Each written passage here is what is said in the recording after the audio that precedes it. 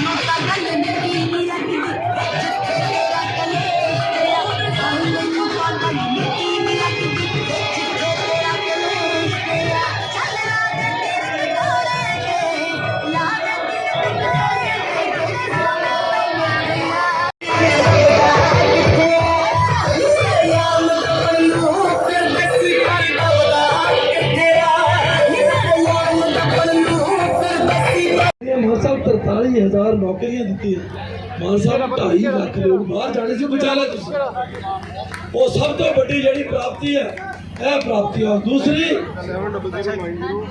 प्राप्ति जी है zero bill आ गए भगवंत मान छा गए।